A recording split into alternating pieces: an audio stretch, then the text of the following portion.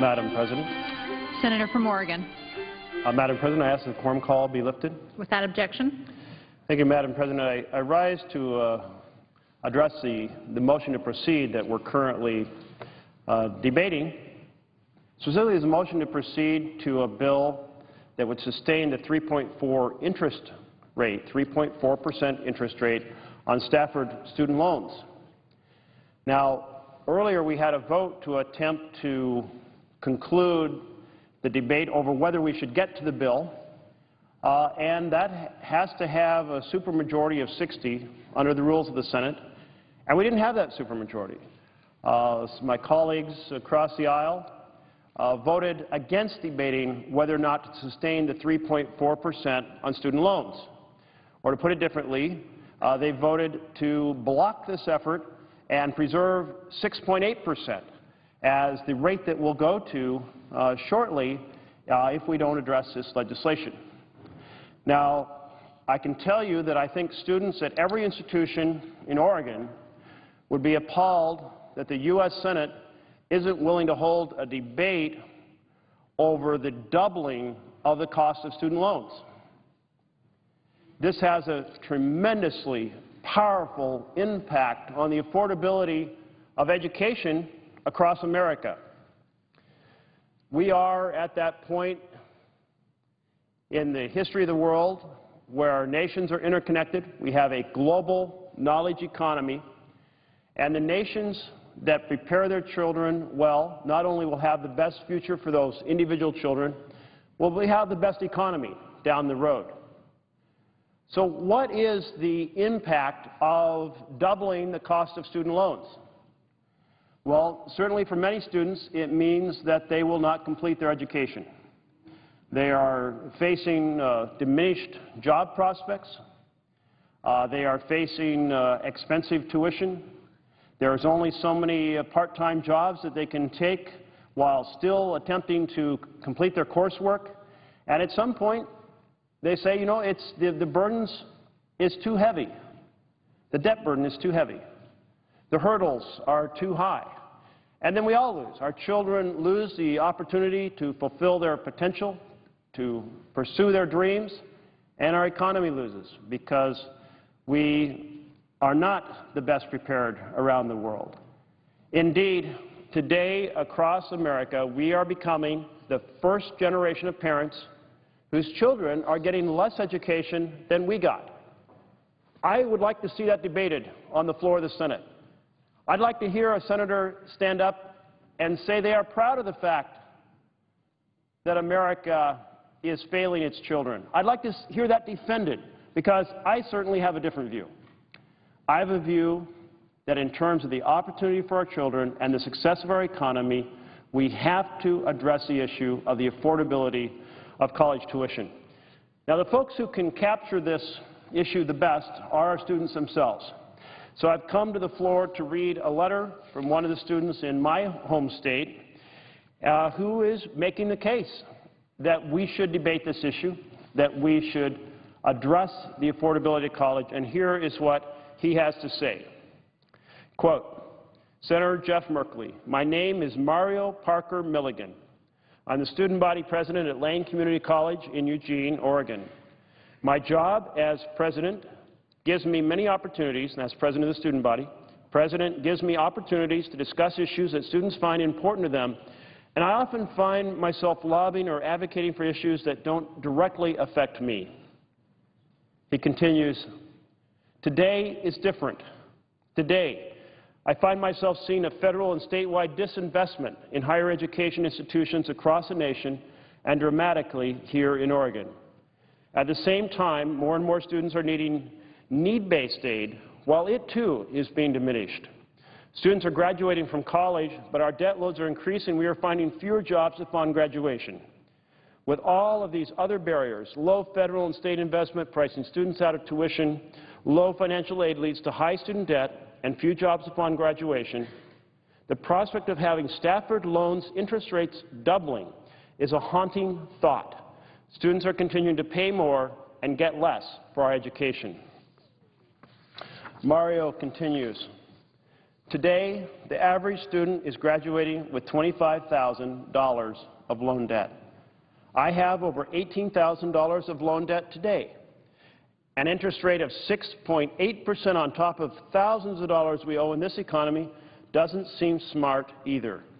I'm not close to being done with my education, and am fearful to continue to take out loans when I think of how long it will take to pay it back. Students rely heavily on student loans in order to complete college in a timely manner. Otherwise, many of us are forced to work 2 to 3 jobs while attempting to go to college full-time, which usually results in prolonged stays and more debt. And in his final paragraph, Mario says, as a member of the Board of Directors for both the Oregon Student Association and the United States Student Association, both associations working to break down barriers to higher education, I hear stories of students that are having to choose whether or not they put food on the table or keep lights on at home. Affordability is a leading barrier to a quality education, and raising interest rates will only continue to price students out of an education. Please vote to maintain the Stafford loan interest rates at 3.4%. Don't double our debt. Sincerely, Mario Parker Milligan of Eugene, Oregon.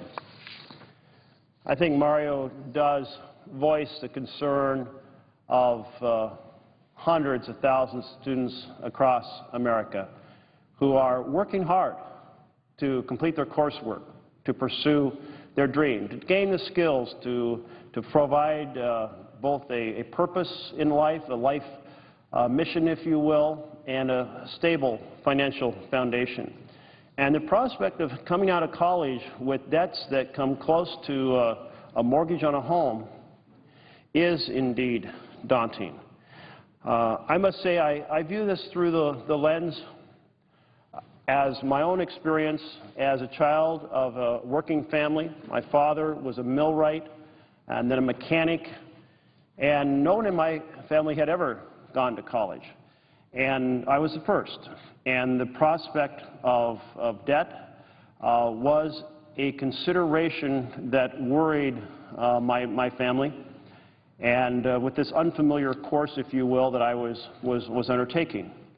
And I feel very fortunate that in the end, the combination of work-study, affordable loans, and scholarship meant that I graduated from my undergraduate education without the heavy debt burden, very modest debt burden, not the heavy debt burden students are bearing today. And that indeed gave me the range of options to pursue in life that I might not have had if I had to immediately find the job that would help me pay back those very high loans that students are facing. And those are the students who complete their education. So many more will find that they only make it partway through because the debt becomes too high. So I'm disturbed, very disturbed, that the Senate body, once known as the world's greatest deliberative body, voted today not to debate this issue, not to take it up. Now, my colleagues may be voicing their concern about specific aspects of the bill. I would say to them, Madam President, that they should come to the floor and offer amendments, and we should debate those amendments. But let's not fail the students of America. I believe that the Majority Leader has reserved the right for reconsideration, and that in a matter of a few days we might well have another vote on this topic. And I would ask my colleagues to reconsider, to end their filibuster aimed at preventing us from keeping the 3.4% interest on Stafford loans, that they would reconsider and say, yes, there is a responsibility to debate this issue.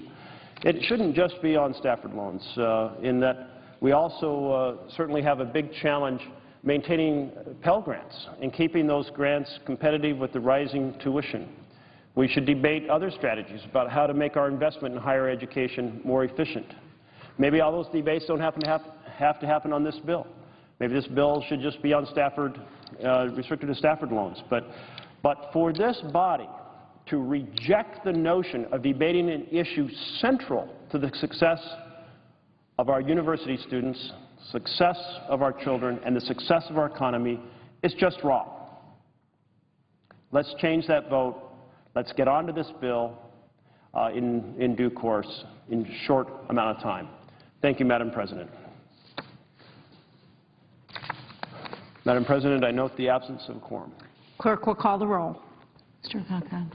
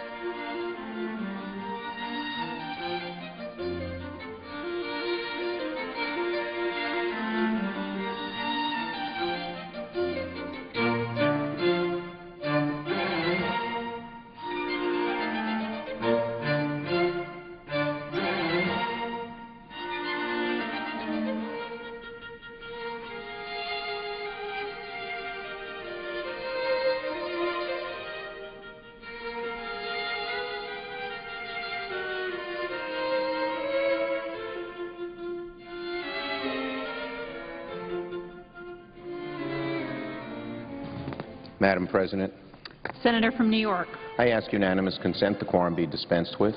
Without objection. Thank you, Madam President. Now, I am speaking today, of course, on the need to stop the Student Loan Interest Rate Hike Act of 2012. It is obvious how hard it is to pay for college these days. It's not just hard for poor people, and we have some programs that help poor people out at the federal level, Pell Grants in particular, and that's a good thing. But you can be making well above the Pell Grant allowance level, well above the income that you need for a Pell Grant, and have a really difficult time paying for college.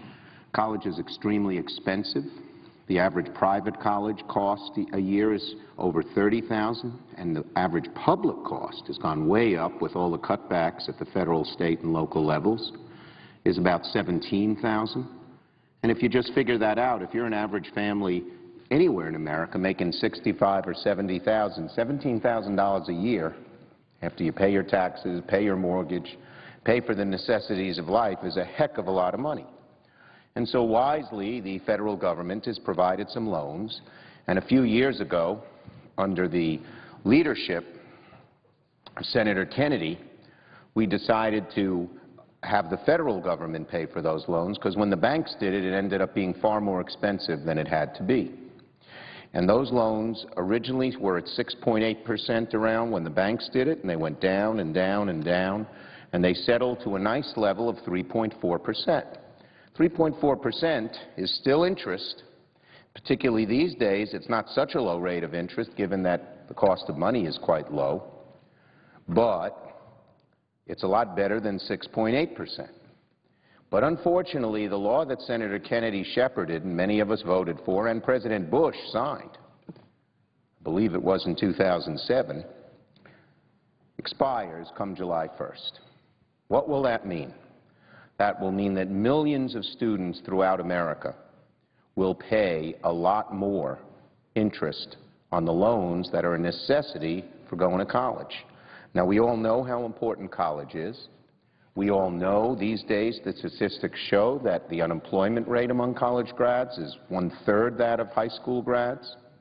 We know that your income level, you make hundreds of thousands of dollars more each year if you have a college degree. And there was a recent study that even showed you lived longer if you went to college. I don't know what the correlation was, but it was a broad-based study. It was trumpeted in many of our leading newspapers. So a college degree is very, very important. And one of the ways we measure America versus other countries in terms of our future is what's the percentage of our kids who get a college degree. And unfortunately, Madam President, that's been declining. And it's been declining. We used to be first. Now I don't even think we're 10th. And it's declining because of the cost of college. So a high interest rate on top of the basic cost, $17,000, $36,000, whatever, is just bad for students, bad for their families, and frankly, bad for America. In New York, my state, 423,000 college students would pay $341 million more in loan payments if we didn't pass this legislation. And I'd say one other thing, Madam President, and that is that this affects almost all college students. You say, well, I started college last year, and I'm at 3.4. Yeah, you're at 3.4 for your freshman year if you're a freshman in college. But when you go to your sophomore year and you renew your loans after July 1st, you're going to go right up to 6.8%. So it affects everybody who's in college except, luckily for them, the senior class that's graduating this year. It will also affect the new class of freshmen who are coming in. And I would bet many of them are watching this debate and deciding whether they can go to college or not, or they can go to the college of their choice, one that they deserve to go to because of their grades and record and accomplishments, based on this bill.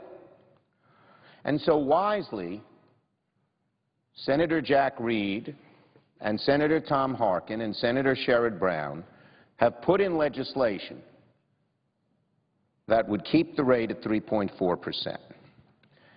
Now, when they first did this, and President Obama has been fully supportive, and he has talked about this at length in campuses throughout America and in other places throughout America, and when they put it in, amazingly enough, most of our Republican colleagues, places like Club for Growth and American Enterprise Institute, said, we're against it. Let the students pay 6.8%. That was sort of the 21st century analog of Marie Antoinette saying, let them eat cake. Because these days, college is much more of a necessity than it ever used to be. Even for jobs, you know, like machine welder or auto mechanic. These days, our cars are filled with computers.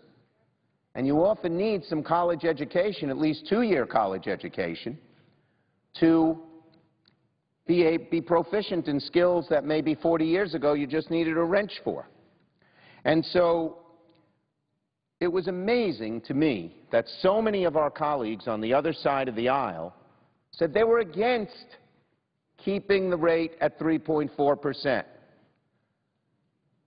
Now, they began to get a lot of flack, I'm sure, from families across the country.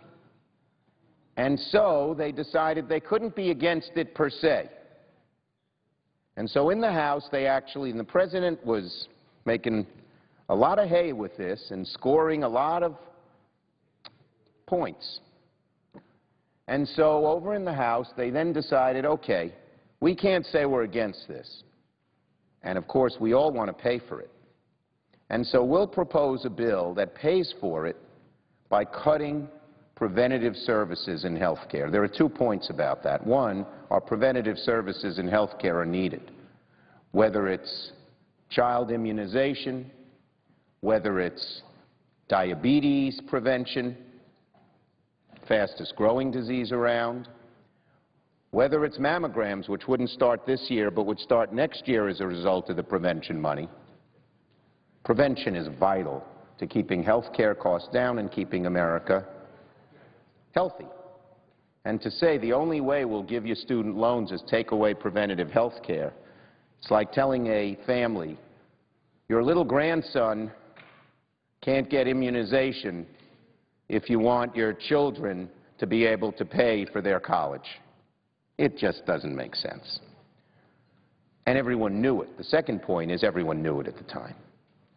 I don't think there was a person in this town who thought that with paying for it by cutting prevention that it would have a chance in this body. But frankly, I think that's what some of my colleagues in the other House wanted. Their MO lately has been, their MO for the last year and a half has been obstruct without fingerprints.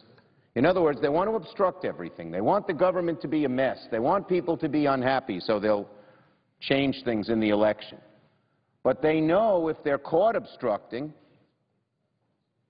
it's not going to work out too well for them.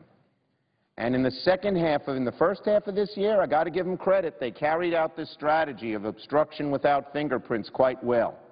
Part of it was because the media likes to say, well, on the one hand, on the other hand, even, it's a very good article tangential to this by Norm Ornstein and Thomas Mann, one from a conservative group, American Enterprise, one from a more liberal group, Brookings, which basically laid this out. But in the second half of the last year, and now this year, their little strategy of obstructing without fingerprints isn't working. It didn't work on the debt ceiling. It didn't work on the payroll tax cut. It didn't work on the highway bill. It didn't work on the postal bill. And Glorioski, we're now passing legislation because they can no longer obstruct without fingerprints, and faced with the choice of being caught obstructing or not obstructing, they stop obstructing. Good. Good for America, good for bipartisanship. If it's good for them on the other side of the aisle, fine. Now, on this one, they're back to their old ways because they put this pay-for in that they know can't pass. What was the pay-for we put in? We thought it would pass. We thought it had bipartisan support. It was one of the things considered in various groups and committees bipartisan on how to pay for the deficit. I think this was considered in the August group of last year. And what we simply say is this: if you're a partnership, a big law firm, an accounting firm, there are some of them, a small number, not most do it the right way, but they want to avoid the payroll tax. And how do they do it? They say we're giving our partners dividends as opposed to salaries. And they don't pay a payroll tax of up to the payroll tax we all pay, up to the first $100,000 and some odd thousand of salary. That seemed reasonable and fair. It's a loophole. It was called a loophole when John Edwards was caught doing it in his law firm by Rush Limbaugh, by others as well. Many conservatives called it a loophole that ought to be closed. And I wish I had the language here.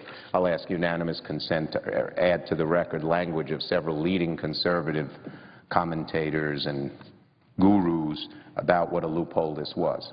Without objection. And anyway, so we put this in and we thought they'd accept it.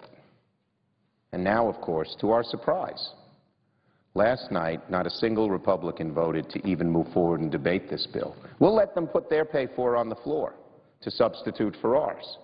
They're not even willing to do that. Leader Reid has said that over and over again. I just heard him say it at 2:15 when we had a little gathering by the Ohio clock. And so we are here on the floor tonight, and I see the senator from Ohio and the senator from Maryland. We are here on the floor tonight to ask families and students throughout America to let their senators know that they want this legislation passed and they want the games to stop.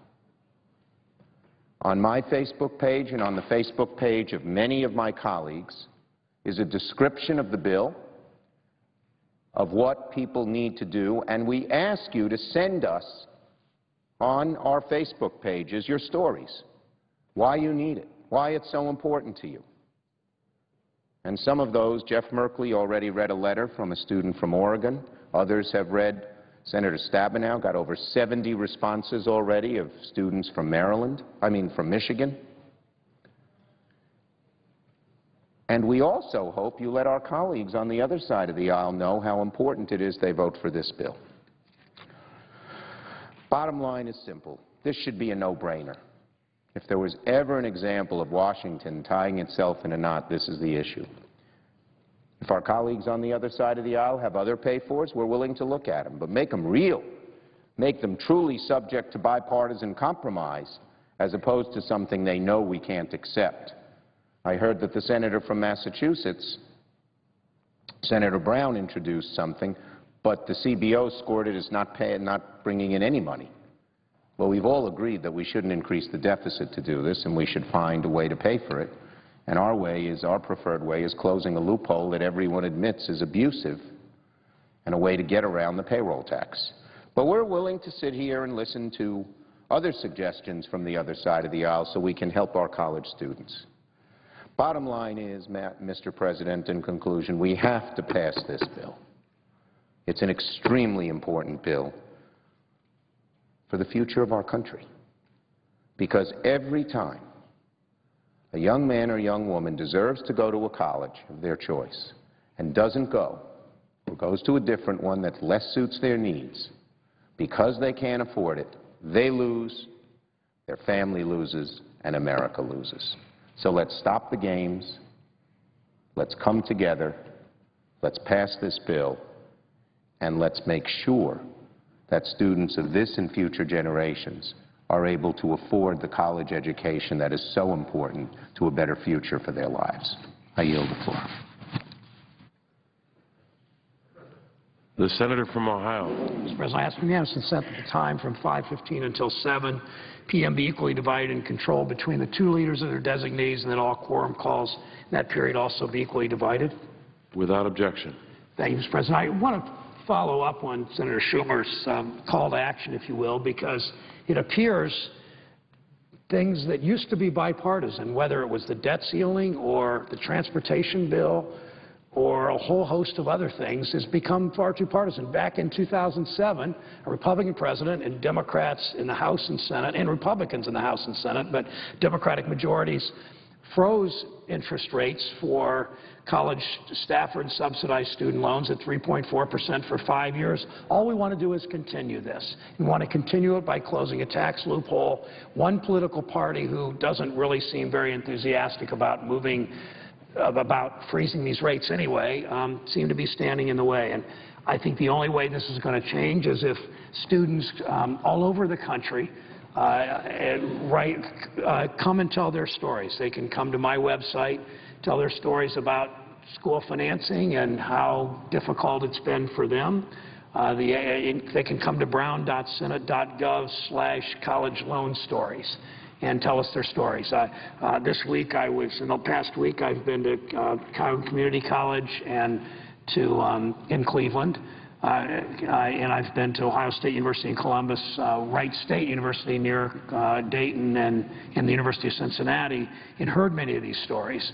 And I would like to invite students around Ohio, and we're asking for them to tell their personal stories, because I think in the end, personal stories will convince my colleagues that they shouldn't make this partisan. They shouldn't stand in the way.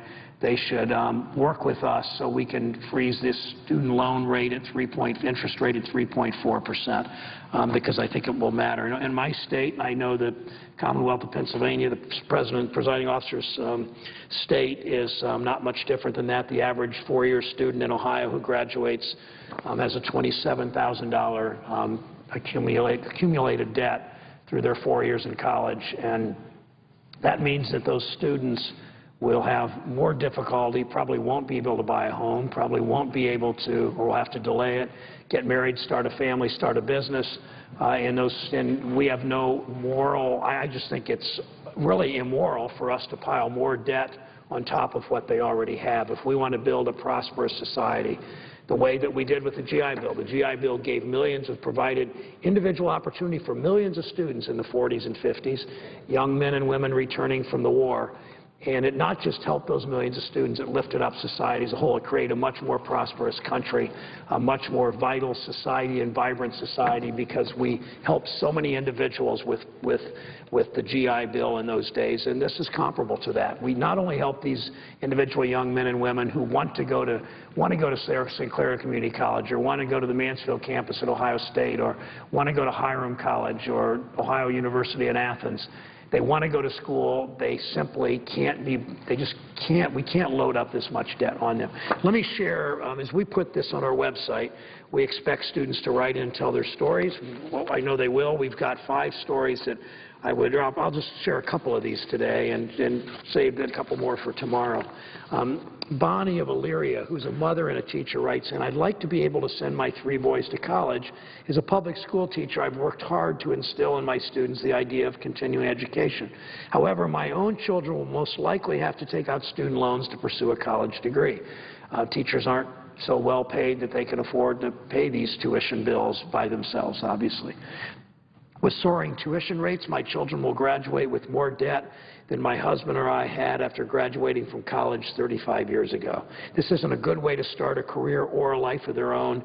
Please keep the student loan interest rates at 3.4%. This woman gets it. She is a teacher in Ohio. She, last year, knew that, there was a sort of an assault on her profession from the governor and the legislature last year when they tried to take away collective bargaining rights. We know teachers don't make a lot of money, and they need their children, if they want to go to school, even less expensive schools, they so often need to take out student loans, and we don't want to raise their interest rates. Katie from Marion writes in, Marion's a community just north and west of Columbus. I urge you to vote against raising Stafford loan rates. I live with my fiancé, also attending college full-time. Our household brings in less than $35,000 a year. I'm working part-time in order to attend college full-time with tuition and expenses. Adding in the normal cost of living, it's a struggle to make ends meet every month. I understand and respect the legislative process. I still have faith that it can be effective. I know that compromises have to be made for change to occur. However, I'm worried that by the time everyone's on the same page, the government will have either taken so long to come up with a solution or cut funding so much that the average American can no longer afford to pursue a college degree. I hope, if nothing else, you take away from this there are Ohioans who are in this for the long run, will not accept anything less than what we deserve, and our education is not negotiable. And the last one I'll read is Rashaya of Toledo. I'm a second-year law student at the University of Minnesota Law School. I'm a native of Toledo. I received my BA in political science with honors and an MBA in finance from the University of Toledo. I'm the product of a single-parent home and a first-generation college graduate. My mother's a cancer survivor. My father was shot and killed when I was 10. I'm the eldest of 3 children. My education has been a miracle of sorts. It's allowed me to change the circumstances of my environment. It was only possible through scholarship money and federal loans. I'm deeply saddened by the rate hikes that loom in July. Making education less accessible hurts others that grew up in circumstances like mine. This economy requires a good education, but the promise of employment is still uncertain. Raising loan rates hurts students. Please vote to extend the rate cuts that threaten to expire this July.